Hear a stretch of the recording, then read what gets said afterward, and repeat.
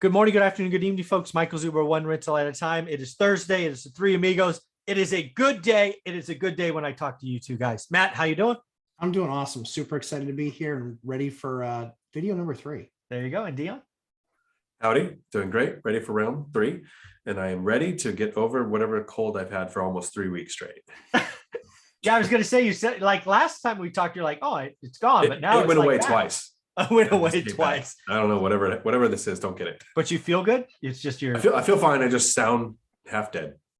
Well, it's a deeper Dion, that's for sure.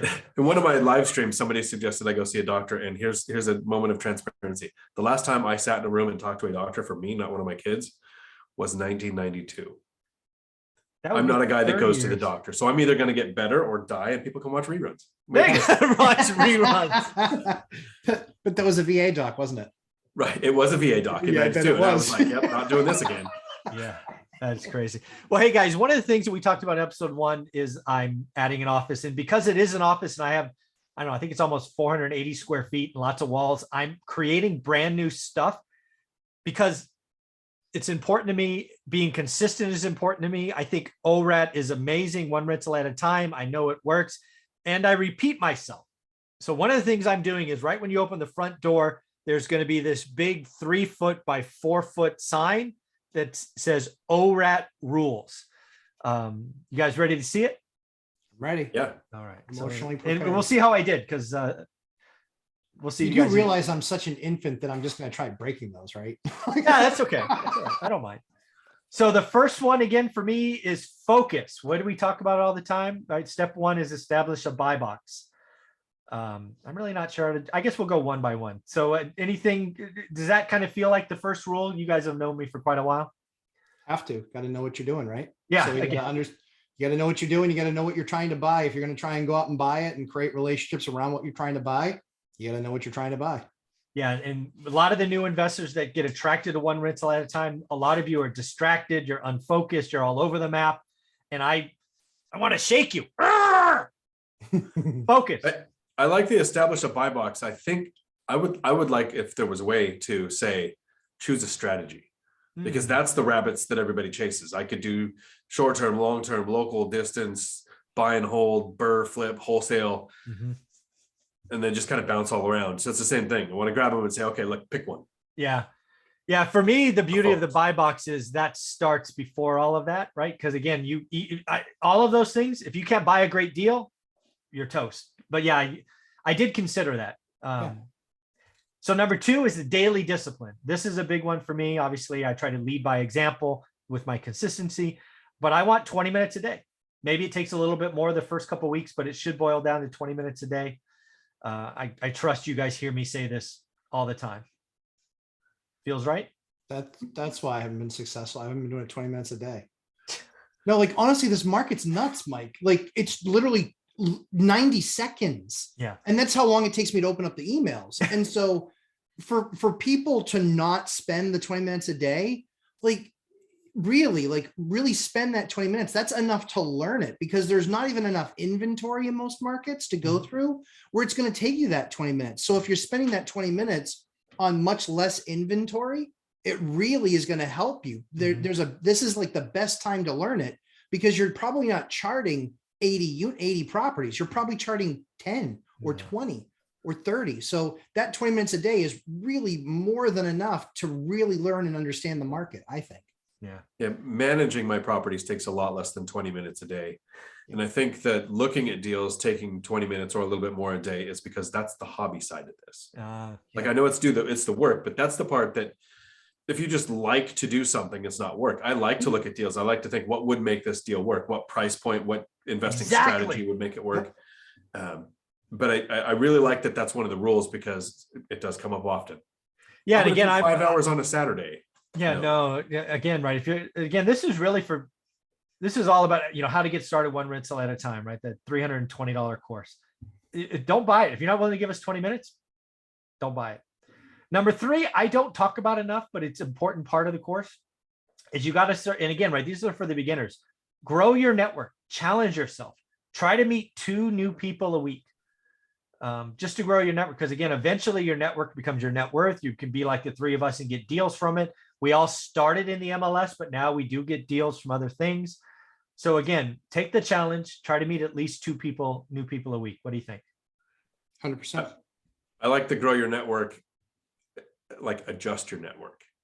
Oh, that's The statement. You yeah. can't change the people around you, but you can change the people around you. You will like rule number 7. Yep. Cool. Number 4, again, everybody goes, I want a good deal. I want a great deal. I want this. I want that. Well, I'm sorry to tell you, until you know average, you can't do a good or great deal. You might get lucky, but I don't count on luck or hopium. You have to invest. The whole goal of how to get started one rental at a time, when you do it with a buy box and discipline and grow your network, is so at the end of 90 days or 60 days or whatever it is for you, you can tell everybody you speak with the average deal in my buy box is X. But once you know X, you can do X plus. And that's where you're Dion and you're going, what can I do to this? What price point makes it good or great? Blah, blah, blah, blah, blah. So again, the whole goal of my course is not to get good or great deals. It is to answer the simple question of what is an average deal? And it takes a lot of work to figure that out. I have a couple of people who send me deals and they say, can you look at this and tell me what you think? And they send me this week, somebody sent me 3 different deals to look at. One of them was about a negative 4% return. One was a negative 3. Another one was like almost a negative. It was really close, right? All of them were losing money. And I said, well, is this your average for your area? He says, no, these are the first 3 deals I looked at. And I'm like, why are you asking me what I think of these? They're all losing money. So why would you spend more than 5 seconds looking at the deal? Right. And second, you're going to have to look at hundreds over a period of months to figure out what is average that you can make a positive return on. This is why everybody's job advice, my course, is to build a gosh darn spreadsheet. Make it yours, add the columns that make sense to you, make it repetitious, 20 minutes a day, update the ones that change, add the new ones. You have to, if you are looking at 3 deals and picking one, and I know people like this, sure. You are going to Las Vegas, throwing money on green, 0 and hoping. Stop it.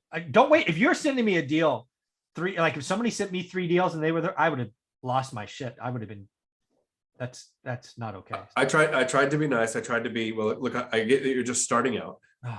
And there's a level of effort that you're going to have to put in to get to the point where, I mean, hopefully you're not looking at this many deals thinking you're going to make an investment. Yeah, well, people are. So at least the person reached out and said, hey, what do you think of this? To give me the chance to say, I think you have a lot of work to do. Yeah. Yeah. If that's you, buy my course, start doing the work. It tells you, outlines, thousands of people are doing it. Anyways, crazy. Number 5, again, this is all not sunshine, rainbows, and unicorns. Bad things will happen. Sorry, learn and move on. I agree. I mean, one of the things that one of my tells is that if I start asking you over and over and over again, based on what, I'm annoyed by your line of questioning. Because you are making assumptions that you have no clue about. Yeah. I had a broker call me and say, hey, I've got a really good deal for you. I said, oh, I hate that. Okay. Based on what? Well, it's a really good deal. Based on what? What are the rents? I don't know. You don't have, then you're talking out your ass. You have no idea if it's a good deal. So based on what? And so I think just like this one with bad things will happen, it's understanding that you have to kind of take that in stride. And when you get told these things by other outside parties, and this really kind of falls under number 7 as well, which is, okay, bad things are going to happen. True. Based, and I need to do this, that, and the other, and this is how you should do it. And this is what needs to get done. Based on what? Like, assess the situation, understand that you can improve it. Truly becoming a great investor in real estate is chaos management. It's chaos management. That's what it is. It's really the ability to manage chaos because, Mike, you've done 50 something flips. I've done a bunch of flips. I've done a bunch of gut to studs on 150-year-old buildings. Guess what? Every time I open up a wall, I know I'm going to find a problem. I don't know what it is, and I'm going to have to fix it. I'm just curious, just because this just popped in my head. You ever open up a wall and find something old that a kid probably put in there years ago, an old toy or notes or anything like that? Yes. That's gotta be weird. It's like a time capsule. It is weird. It is fun. And it happens not nearly as often as I would hope. No, yeah, just kidding. Like literally it's usually, junk and things like that. But yeah, we found some newspapers from like the 40s that were like stuffed away in a place. So yeah, you find that stuff every once in a while. Very cool. It's kind of cool. My best find so far is a 22 pistol. Really? Nice. It was old and it took a lot of cleaning, but yeah, You still have it? I do. Nice. Yeah. Does See, it- that's the thing is like you find that stuff and you never want to get, like I found a Brooks Robinson autographed baseball. Really? The Yeah. actual, not a glove, a ball. No ball. A bit, yeah, from Brooks Robinson, third baseman for the Orioles. So yeah, found that ball and I was like, that's Keeping like one that. of the coolest things I ever found. Yeah. Yeah. There's been some cool stuff like that. Very, very cool. All right. Number 6. Again, this one really came from Dion when I was thinking about it. It's a 5 to 10 year commitment. Get rich for sure, not quick. I love that. I love that phrasing too. That's perfect. Awesome. And then the last one, audit your personal network. Are they helping or hurting you? What do you think, Dion? That one's for you. So this is investing in life too. If you, I was a drug court officer when I was a police officer. So I used to go into people who were in recovery's house and I wasn't their friend, but it was my job to make sure their electric bill was paid and their oil change was done and they're making it to work. And, so I wasn't a probation officer trying to correct them. I was trying to help them not go back to what they were doing before. And one of the biggest things is not hanging around the people who got you into whatever addiction caused you a problem. And if some of our addiction is goofing off and gaming and doing things that cost money and not make money because of the people we hang out with, changing to becoming an investor while you're still hanging out with those same people all the time is almost impossible. I'm not saying you need to eliminate them, but adding in people who are doing what you want to do, going to meetups and Facebook groups, even just talking investing is monitoring that network so that you have people who support you and who understand what you're trying to do. And to me, that's almost key. Mm-hmm. Yeah, and for me, the Facebook group that we have together, and we've also created 3 Amigos of FI, is just showing me the importance of having positive people who are at all different points, but having people together and in a safe place, if you will, and in our private Facebook group, speaking the same language has been, I don't know, game changing. So this will likely, I'm pretty sure I know where I'm going to put this sign. This, if it goes where I think it's going to fit, it'll be the first thing people see when they open the door. So this is. Is it going to be purple? No, it's going to be this color, black and white. Really? Yeah. Interesting. Yeah. Yeah. There'll be some purple in the place, no doubt. But no, this, yeah, black and white. So very cool.